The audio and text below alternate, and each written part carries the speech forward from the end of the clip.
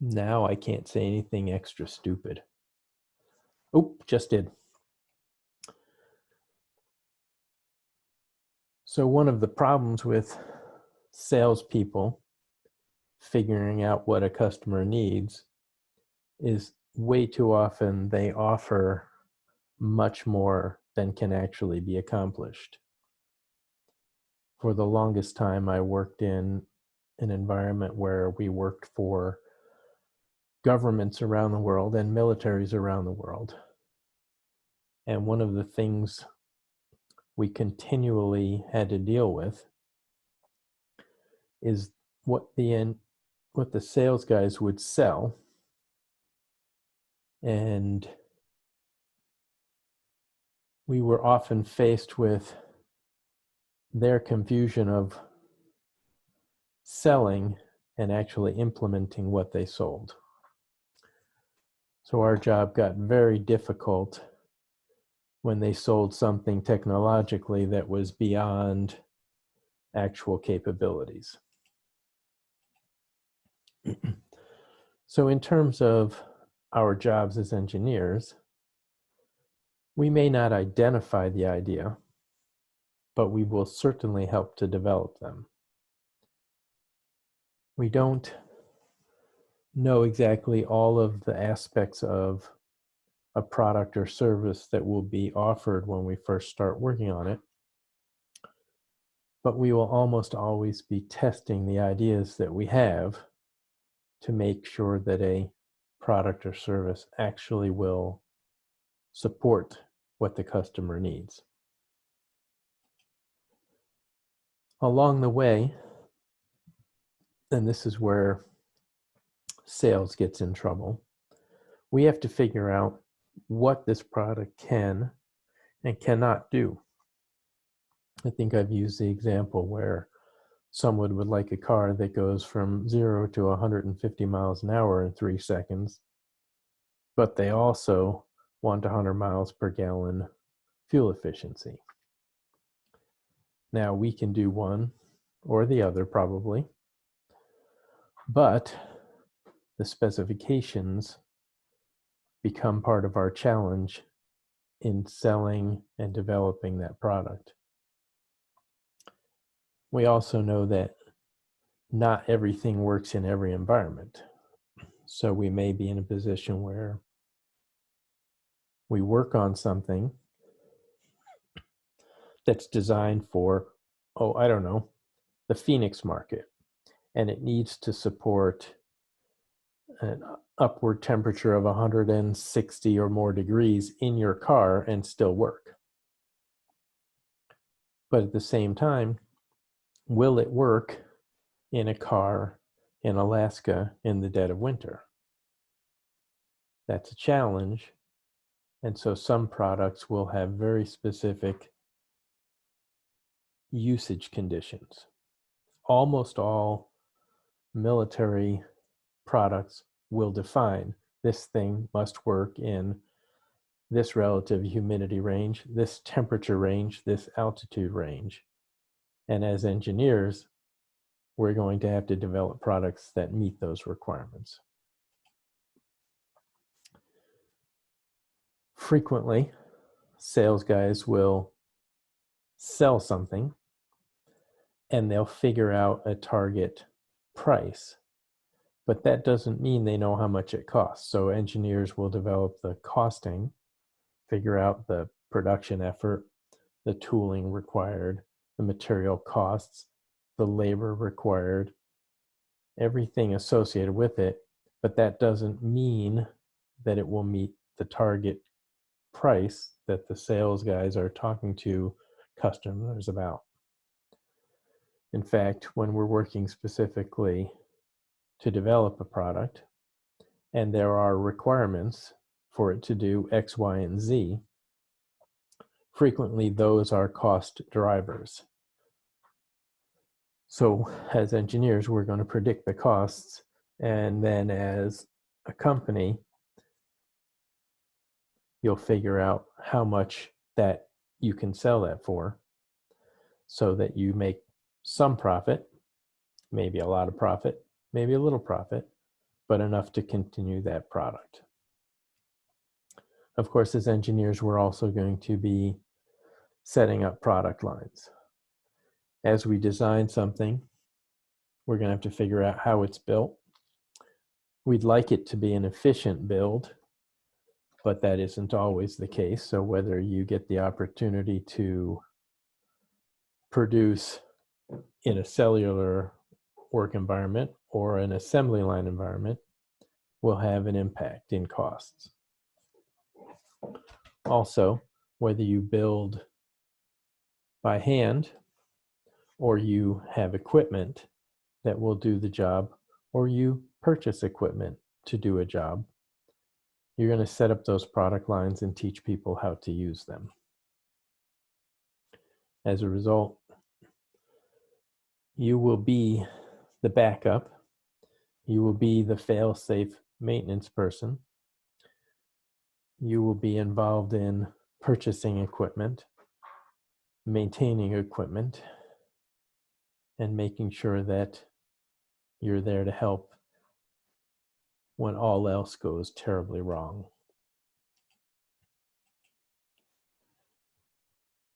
When it comes to product development, not only during the development are you going to have to figure out why something doesn't work, so perform that failure analysis, but when your products get out in the field and there are problems, you'll also be involved in failure analysis on that also. There probably are distinctions between product development engineer and process engineer and manufacturing engineer and quality engineer. But at the end of the day, all of those people should be working on developing a product that can be produced cost effectively, reliably, and meets the customer's requirements. I've got 2 videos talking about the roles of engineers in product development and in manufacturing. So let me change to that screen.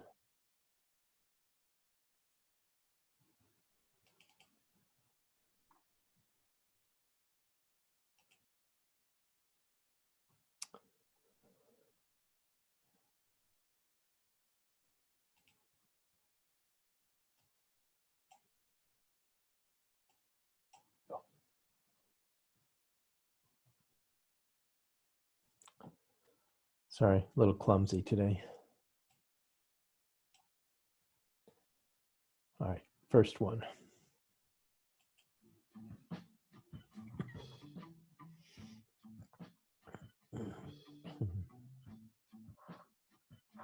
My name is Nave Anandaraja, and I'm a mechanical engineer for alloy product development. Me specifically, I work with the 3D geometry and the design.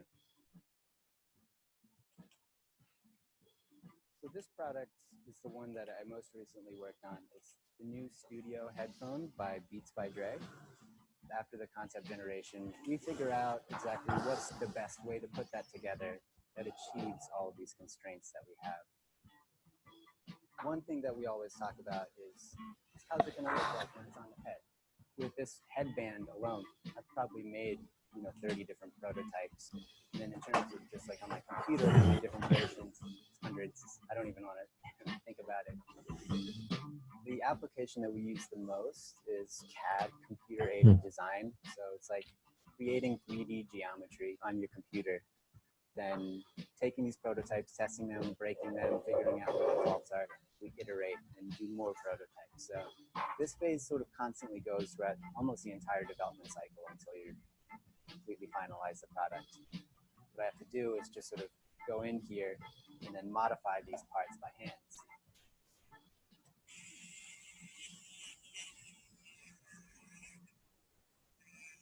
I know a lot of people here like bike riding and skateboarding and stuff like that, and connecting the physics to that actual hobby that you have gets you excited to learn.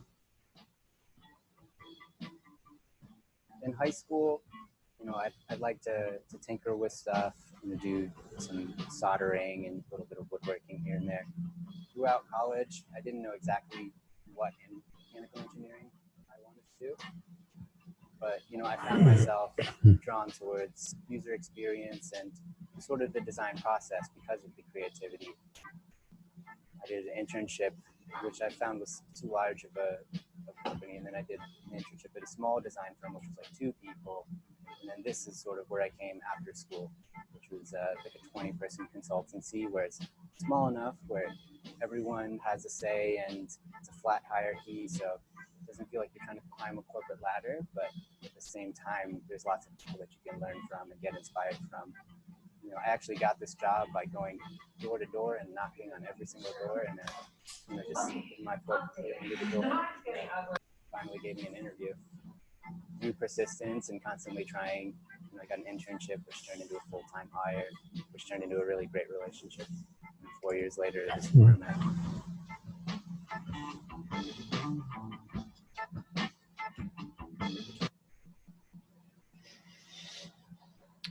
I think ultimately I probably would have been happier as a mechanical engineer than a chemical engineer. But I also recognize that basis was a very strong one for all of the material science stuff that I've done over the years. Now, as an example of a chemical engineer, what you'll see is the application more in a product production environment with some product development, I suspect. And I actually ran across this company in the past 2 months because they manufacture a product that one of my Spanish customers uses, as in Catalonia, as opposed to here, speaking Spanish. So here's Miriam.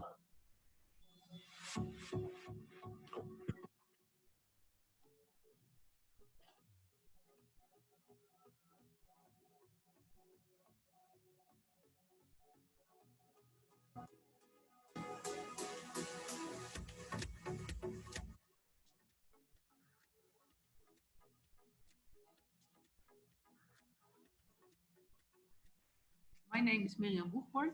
I work as a process development engineer at AkzoNobel Sassheim for the strategic market unit Vehicle Refinishes. I studied chemical engineering at the University of Twente and graduated in 2010. Directly after my study, I joined AkzoNobel and directly in this function. Within the strategic market unit Vehicle Refinishes, we produce coatings for the car refinish market. Color accuracy is very important, because repair paints need to match the original color of the car exactly. The body shops use an exact mixing formula for every car, and even the slightest variation is visible in the end.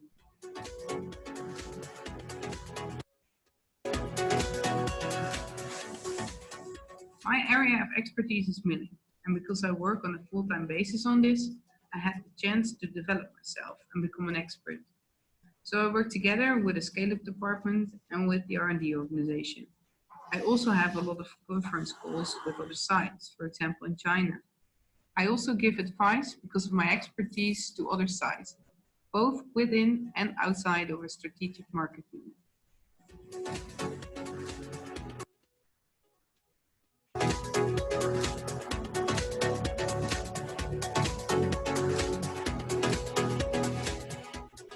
I help countries all over the world, being Australia, India, US, everywhere where we are located.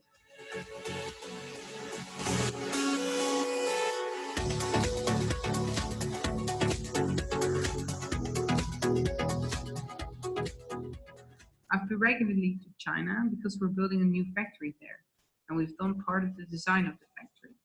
I help them starting up and commissioning their installations, and also make sure that their production process will be good, and also help transfer their current production process to the new production process.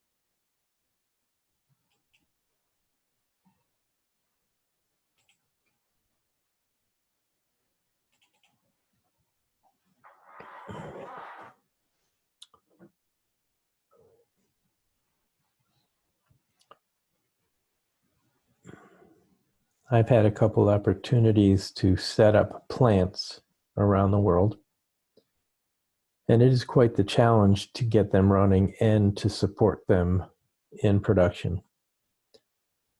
In fact, one of the companies I worked for asked me to take over a global process manager role, and I opted out at that time. I'd already been traveling 2 weeks a month with young kids. That didn't make sense to me. You too will come up and have challenges where what you want to do perhaps and what you should do are different.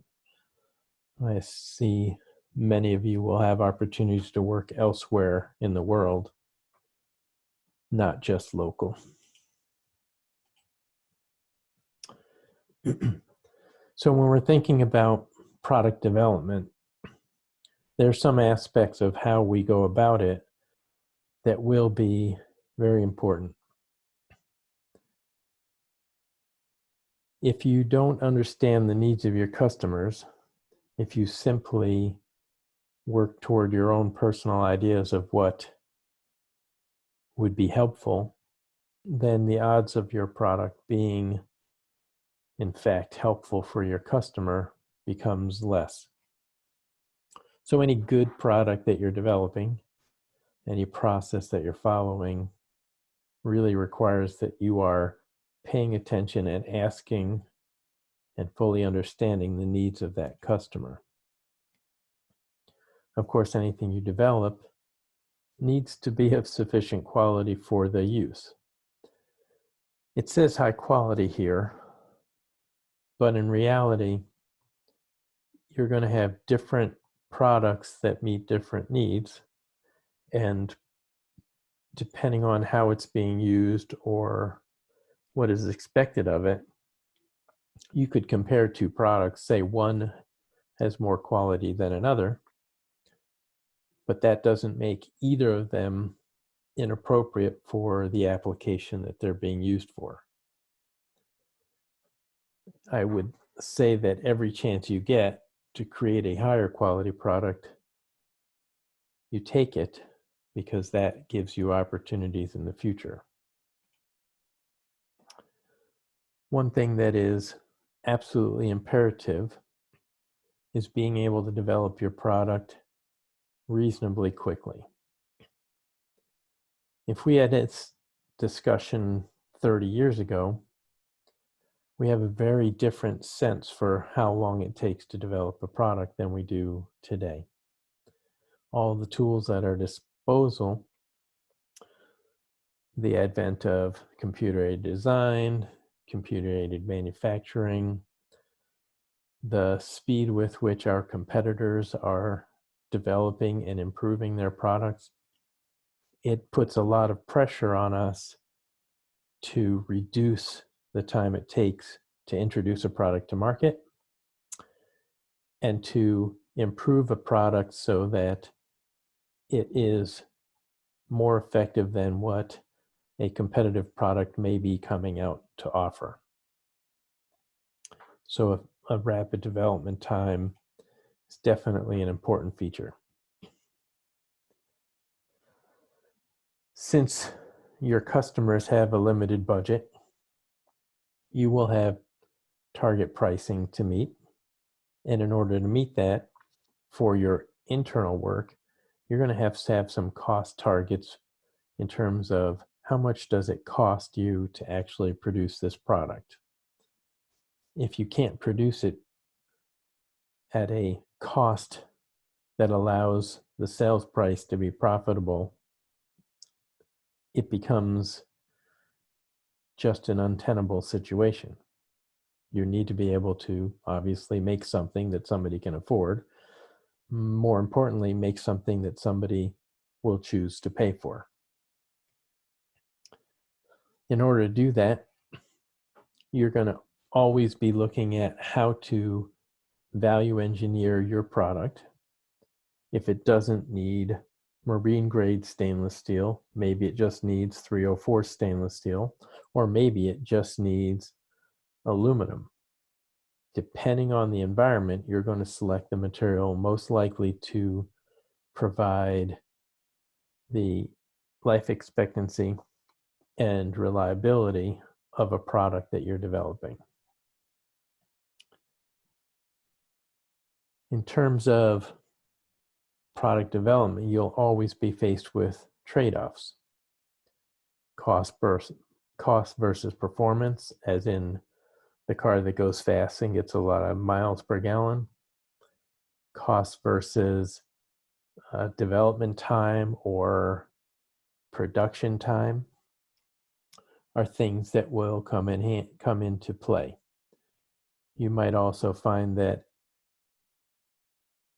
as customers ask you to perform miracles, your costs are going to continue to go up. Another challenge we're going to have is continuously changing technology. If we always wait for the next revision, the next best material, the next design, we'll never put something out into the market, and we will always be beaten to that customer's money. So, as I've said in the past, perfection is not, in fact, a good trait for an engineer, but your ability to make the best decision at the moment, even when you know there's a better thing coming, and put into practice, release a product today that is acceptable, improve it and make it better tomorrow, or develop a replacement to that product before your competitors can.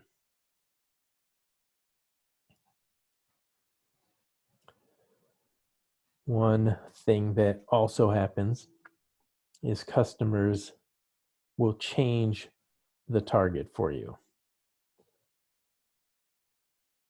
If you look at, say, a military product, you'll end up going through the design, prototype, first articles, low rate production, and full production.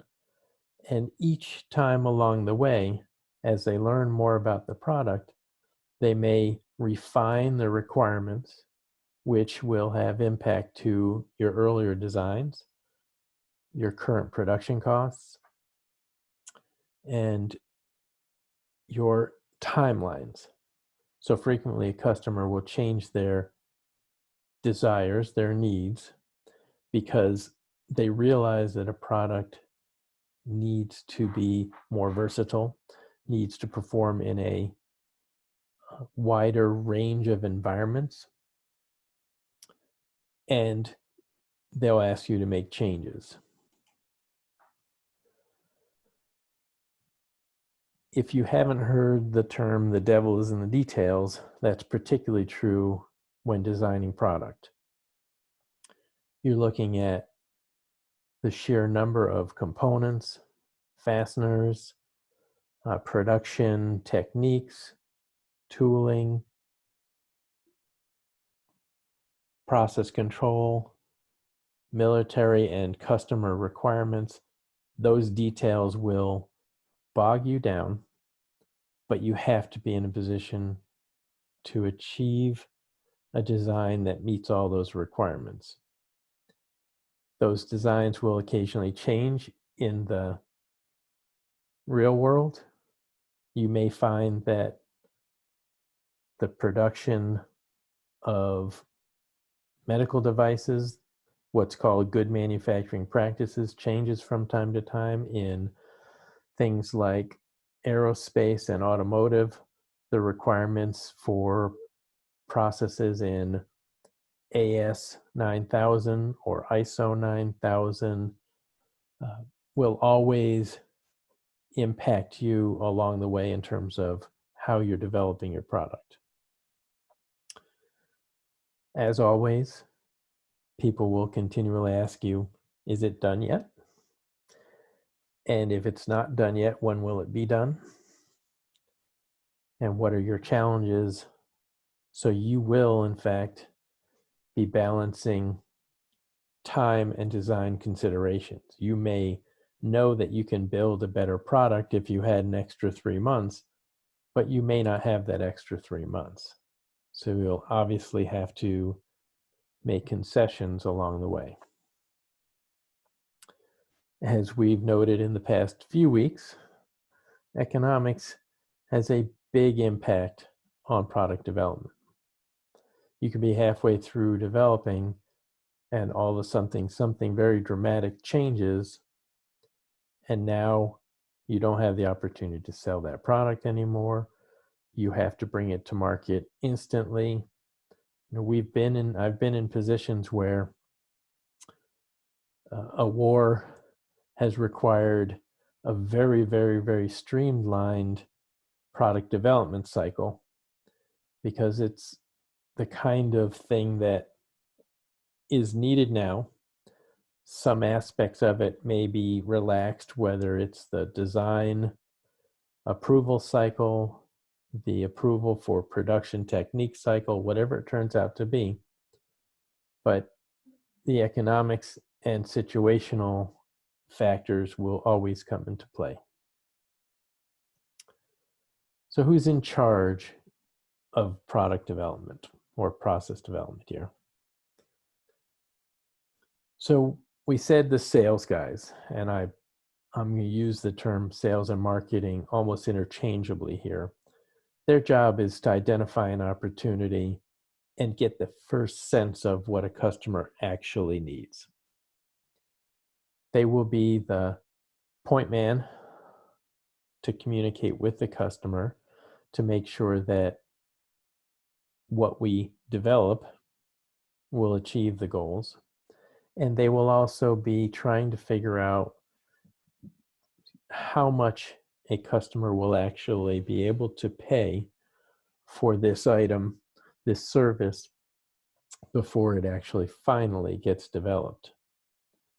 As engineers, we're going to be more into the details, the actual characteristics of the product, what it's actually capable of, how it looks, how we use it, all those kinds of things, details that we're going to bring together to make this a good product or service. But we can't do this without knowing what the manufacturing guys are capable of. If we design a product that can't be produced with the equipment or supply chain that they currently have, we run the risk of really tying everything up in a way that we'll never get a product out. So in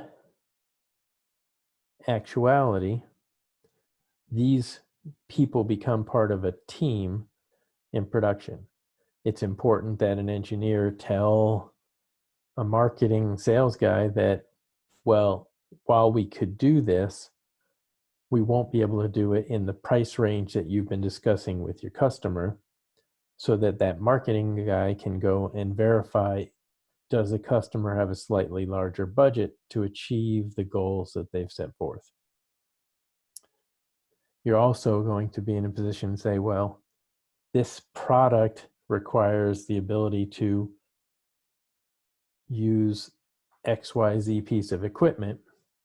Does it exist in the manufacturing environment? Or can we get it? Or can we outsource that effort, have a part made for us along the way? Usually these three groups aren't enough, because when we're buying equipment, developing product lines, the guys in facilities will play part of the role. And of course, finance, because there's going to have to be money presented and available to develop, in fact, the product or service. So development process is not just you in a vacuum. It's you part of the time doing your work, part of the time communicating with the other groups in order to make sure that you don't go down a rabbit hole so far that this whole project falls off the realm of possibilities.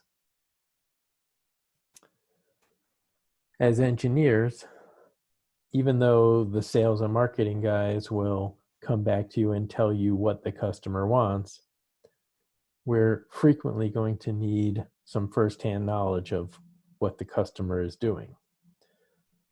So it's very important to actually go to a customer site, not just talk to them at the coffee shop, but to go to their facility and see what's going down. Collect the data that is needed so that you can do an effective job at developing a solution. Listen to what they're asking you for, but also watch what's going on, because frequently you'll have an opportunity to identify opportunities for improvement that they don't even recognize. You'll also be in a position to prioritize the needs. Does that car need to go 150 miles an hour, or does that car need to have 100 miles to gallon? Knowing that it needs better gas mileage than it needs speed is an important priority for you to work on during the development. Once you know what that customer needs and you have seen how they're going to use your solution, you just go ahead and get to work with everybody. Start to throw down ideas, test some hypothesis, and work on it. When you are, in fact, working with customers, there's some guidance here that can become helpful to you.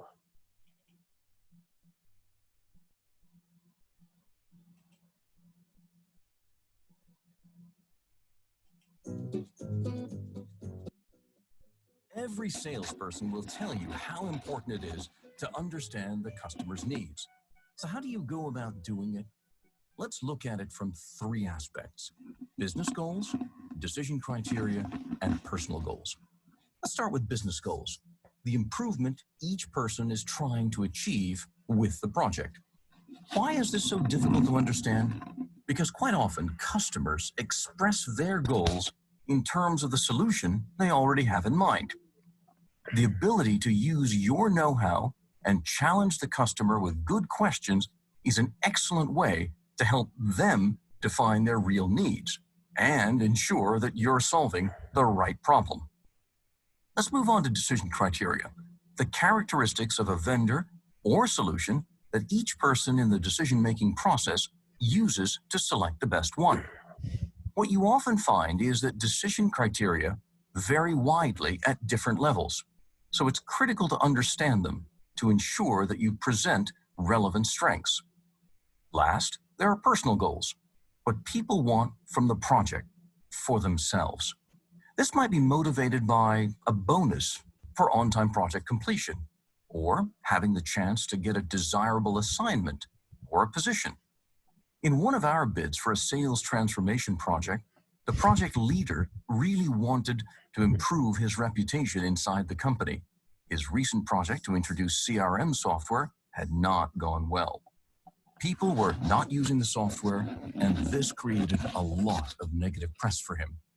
By demonstrating how our solution would dramatically improve CRM utilization and help him recover his reputation, he became a very strong supporter. So understanding customer needs is really about understanding people.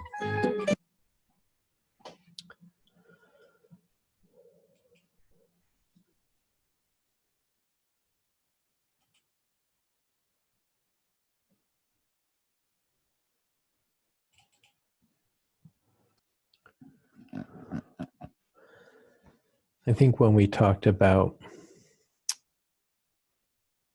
human relations and motivation, we talked about what motivates people.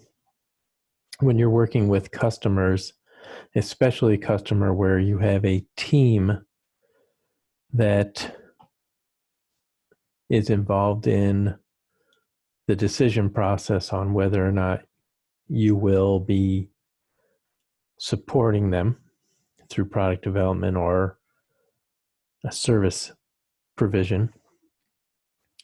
Understanding what each of those people needs, and they aren't always the same thing, becomes very important to you and to your company.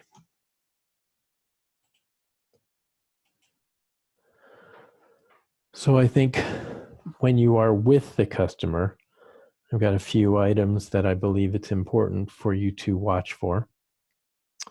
So figure out what in fact is needed.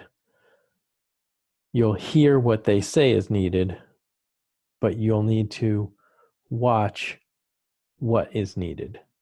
You also shouldn't be trying to solve that problem right there on the spot. It's more important that you collect the data, review the situation, understand the most important needs going on. Instead of trying to solve it right there, put your observer hat on, not your solution hat on. As I said before, meet the customer where the product is used. If they're going to use your tool or your service in a factory, meet them in the factory. Go ahead and collect verbal, visual, contextual data, everything that you can. Learn to use all of your peripheral vision, not just what they hand you in writing, not just what they say to you. I think your biggest lesson here is when you get out and have a job, you will look at a procedure that was written by your predecessor and you will compare it to what is currently going on in a factory, and you will see a lot of things happening that weren't documented but are very important. So watching and learning in these situations is very important to you as an engineer. They will be telling you what they need, so you're going to record all those needs and make sure that when you develop your product or service solution, it reaches those goals. But because you are a third party looking in, you're also going to look for needs that they don't know they have at the moment. It's quite probable that when you get put into someone else's facility without any preconceived notion, you hadn't been trained by the engineer or the manager before you, you just get to take it all in. You're going to see opportunity that they probably have overlooked for generations.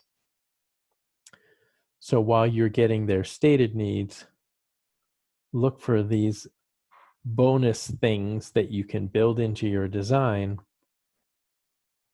that will help you be the vendor of choice. If you were to make a product that just meets their needs, and your competitor makes something that meets their needs, but also helps them control, improve, produce more of whatever they're doing, because you've got they had some subtlety in there that you didn't, that's going to be a value to you and your company. So you're looking for problems that customers don't know they currently have, or problems they don't know that could be coming up because of what they're doing. When you're developing physical products, whenever you can, you're going to want to develop a prototype, bring it to the customer, try to get some feedback from their people, not just the person who you've been talking to, but actually get into the use situation to see how it is it is accepted. So as an example, we're going to develop a product. Our goal is to develop a product that puts fasteners in, right? All of these are standard available tools: a cordless drill, a corded drill, a regular screwdriver. But many of you have experienced this. If you don't have a tool at hand, you use whatever tool is available. I'm sure some of you go skiing and have used a quarter to tighten your bindings, a butter knife to put the screws in, and a light switch. Whatever is handy becomes a tool of choice. So knowing what has to be done is going to be important to you to develop a good solution. But if you know, for example, on the left side, a customer's needs, what problems they face, what functionality they would like, under what usage conditions are specified, you start with that information and you start to develop a solution. Your output is going to be some ideas on how to solve those problems and some idea of what capabilities your product will actually offer. It may offer more. It may not be anything like what your customer presented to you, but if it solves the problem, if it meets the needs, that's what you're trying to achieve.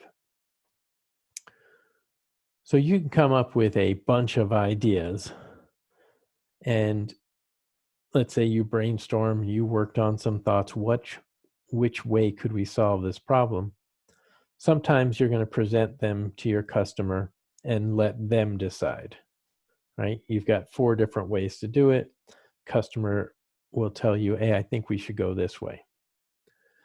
Could be that you've developed those 4 different solutions and it just feels like the third out of the fourth one is the best one to go with. So intuition comes into play. You'll be put in a situation where you're working as a team to develop a product and you have come up with a bunch of ideas and everybody gets 3 votes. What is their first, second, and third choice of what product solution they should follow?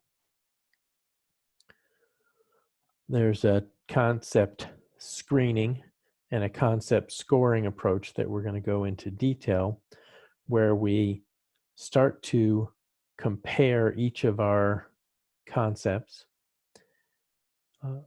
subjectively and objectively to try to ferret down into smaller and smaller choices before we decide which product to develop. You could just sit here and mark pros and cons. What is the good side or the bad side of design A, the good side, the bad side of design B? If you start to work on yes, no, go, no, go, decision matrices, start to figure out which may be technically a better solution than another. And you could just build a prototype and test everything you thought was a way to solve the problem, though that tends to be expensive and tends to take time if you're going to prototype everything. So if you think about concept development, we have all these red dots, all the ideas we came up with, but our budget doesn't allow us to actually build all of those items. So if we screen out some of the ones that we think are less likely to be successful, it can be a very subjective approach. At least we start to pare down our overall cost. If we go into a little more objectively and start to compare each possible solution on the same criteria using this concept scoring, we can pare it down a little further until we finally decide which is the best concept to actually move ahead with in design and prototyping. So all we're trying to do in this concept development funnel is actually to boil down our 10 different ideas to the one that's most likely to succeed, most likely to meet the customer's needs, most likely to meet the product cost targets, whatever it turns out to be.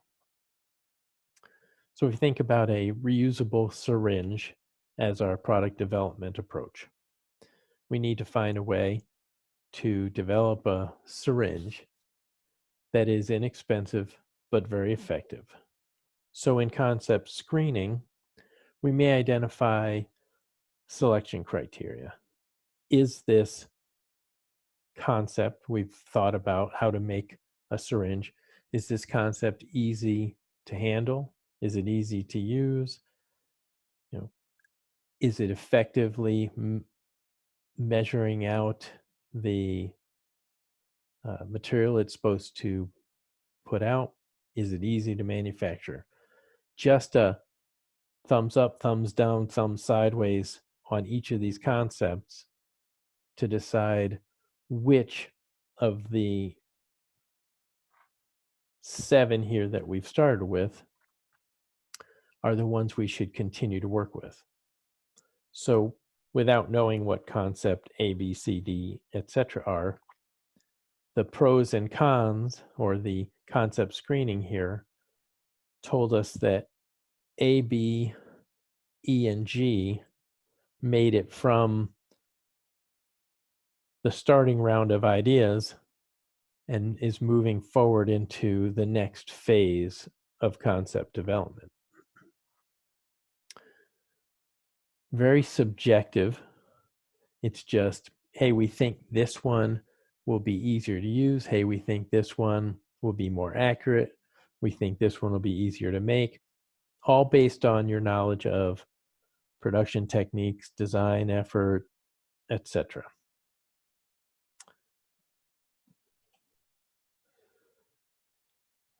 So now we have boiled our 7 down to 4. So we will have not spent money on 3 of these concepts. We've not spent time on it, money on it, no testing. It doesn't mean that if the first 4 fail, we don't go back to look at the other 3, but it does mean that we've decided the likelihood of success is better with those first 4. Now, if we take that a little further and start to give each of those selection criteria an importance, so ease of handling at 5% versus dosage accuracy at 25%, a syringe that isn't accurate is certainly problematic. So it's more important that it's accurate. Something that is easier to manufacture is important to us compared to how easy it is to handle. So in each of these criteria, now we've decided that it's not just plus, minus, 0. Now we're looking at how important each criteria is and then comparing our different concepts to see how they fall into these selection criteria. Now our concepts have some additional detail: a master cylinder, a lever stop, a swash ring, a dial screw. So each of those approaches now have some little more meaning than just A, B, C, D. And each of those can then be weighed as to which one is highest up on the rank. So in this case, the lever stop had the highest total score, and you may choose, in fact, to proceed and develop that design. Remember, this is all subjective data, so it doesn't mean that the one you pick here will actually succeed. It's just that you currently feel that is the most likely one to succeed. Ultimately, if you have multiple design approaches, you have to find a way to decide which one to try first. this is a reasonably good approach to doing that.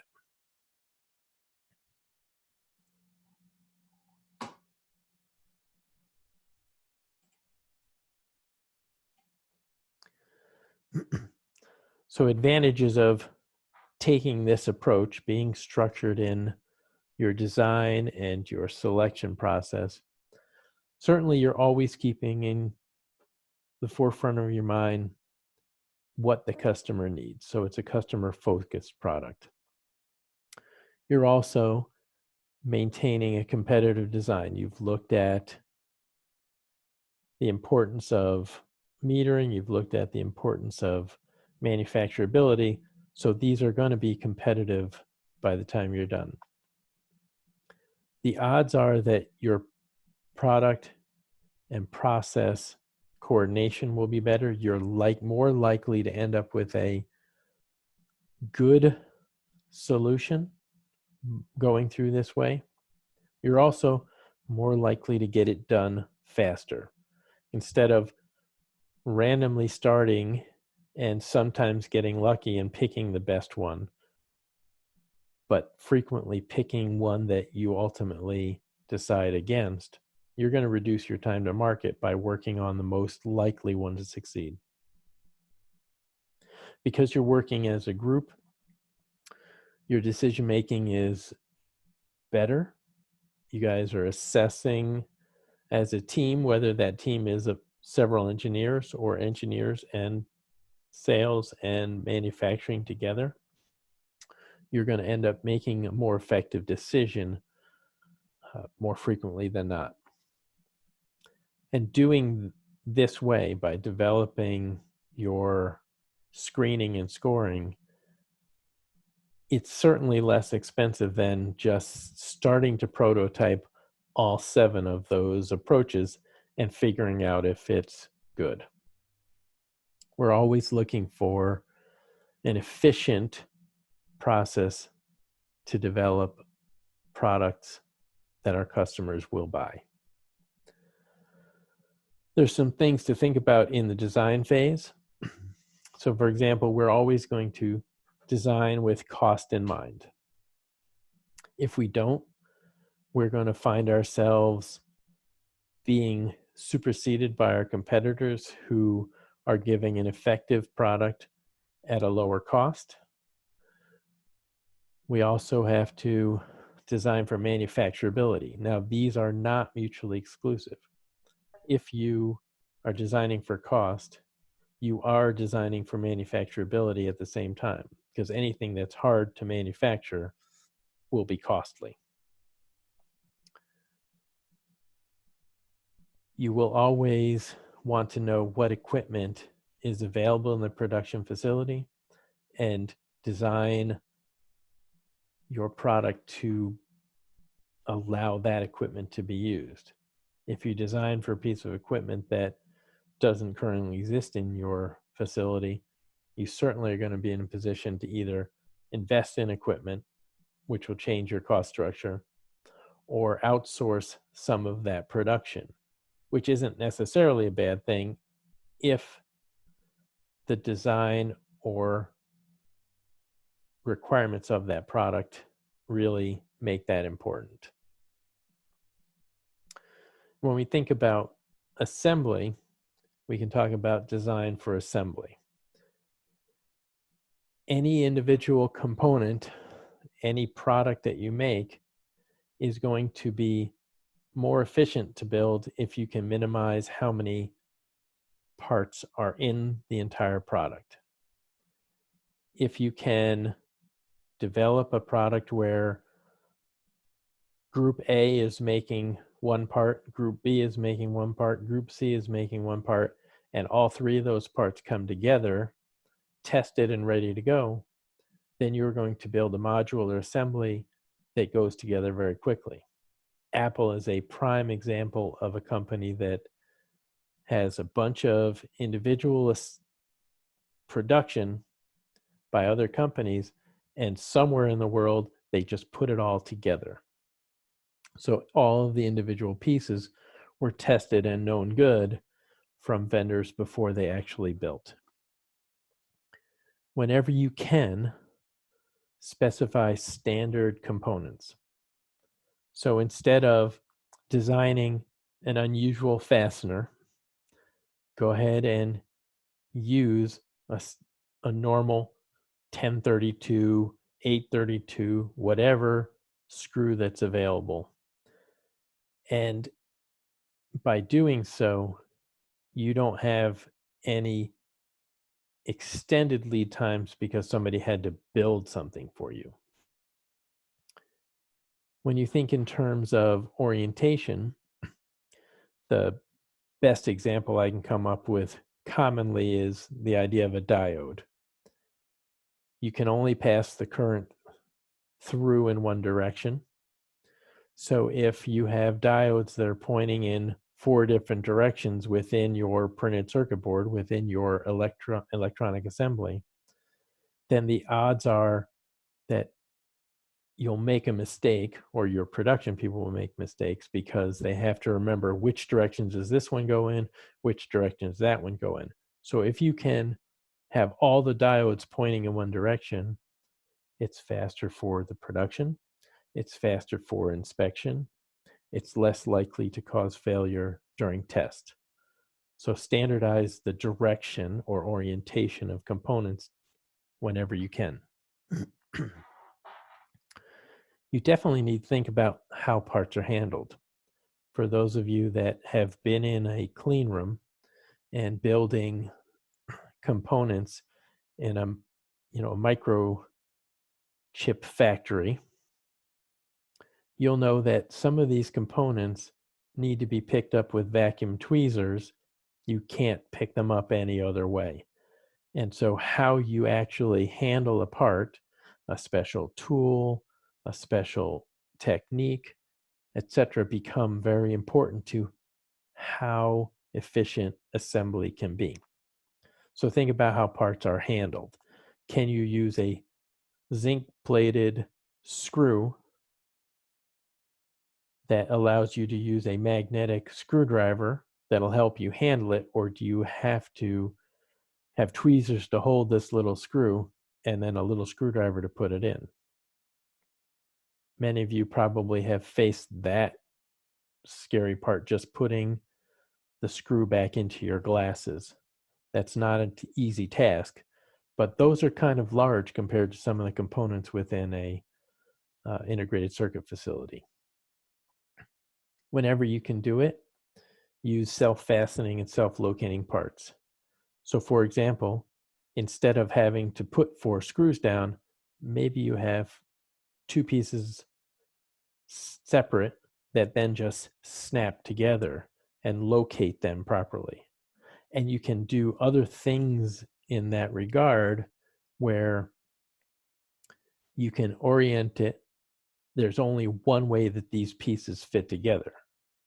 So for example, if you had 3 screws on the corners and one that's not on the corner, it's going to be very obvious that this goes together in that one and only one way.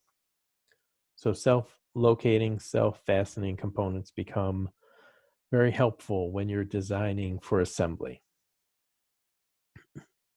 In terms of part integration, for each part in your design, you should be asking some questions. Does it need to move relative to other parts? If it doesn't need to move, can you create those 2 pieces together in one component so you have fewer things to handle? Does it need to be a different material? Stainless steel on one piece, aluminum on another, or can they both be aluminum? For those of you with a little bit of materials background, you're going to expect different components, different metals will give you more likelihood of corrosion to deal with. So does it need to have a different material, or can it be the same? Does it need to be taken apart for assembly, for access, for repair? I know the 1987 Cadillac I had, the only way you could replace the back 4 spark plugs was to literally undo the motor mounts and tilt the engine. Needless to say, that car never had those 4 spark plugs changed. There's no effective way to get in there for the normal person. Dimensional tolerances become very important when you have different people developing different parts of an assembly.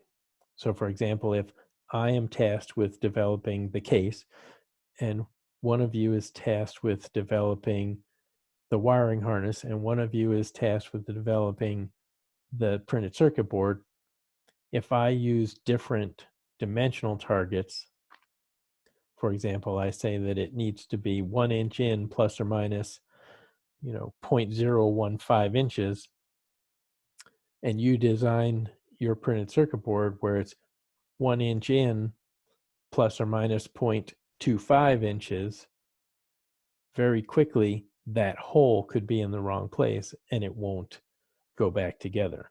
So dimensional tolerances, when you have multiple people, you want to try to make sure that everybody's using the same basic principles in development of their product.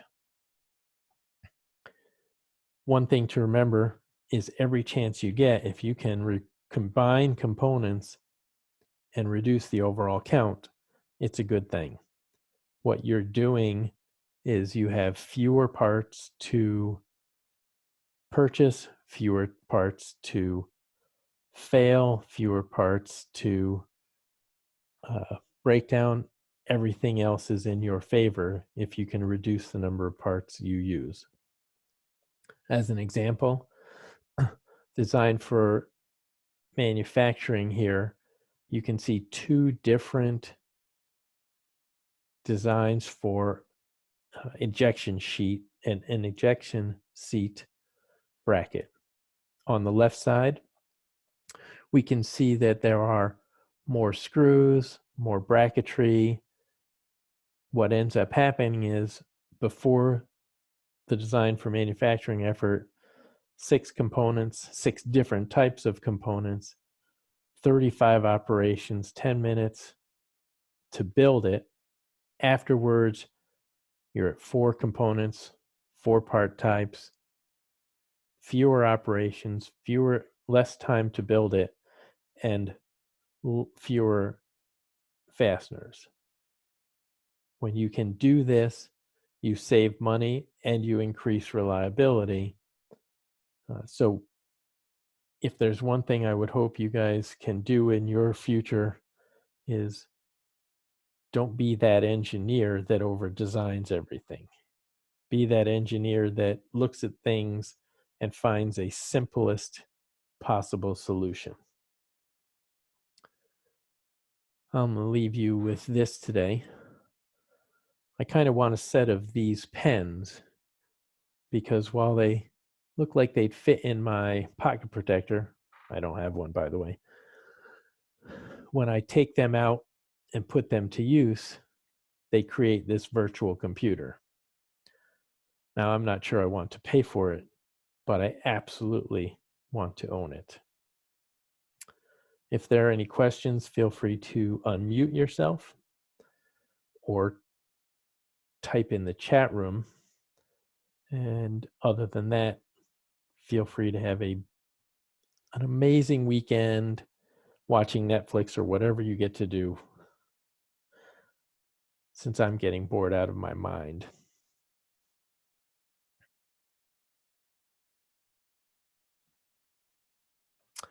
I will be putting the recording on Canvas. It will go on the same module as this material. Is there a way we could see the solutions to the exam we just took? Ooh, I don't know. I'll have to go figure it out. I think there is a way to do that. I will have to go see what the settings allow me to do now that everybody's taken it. Okay, thank you.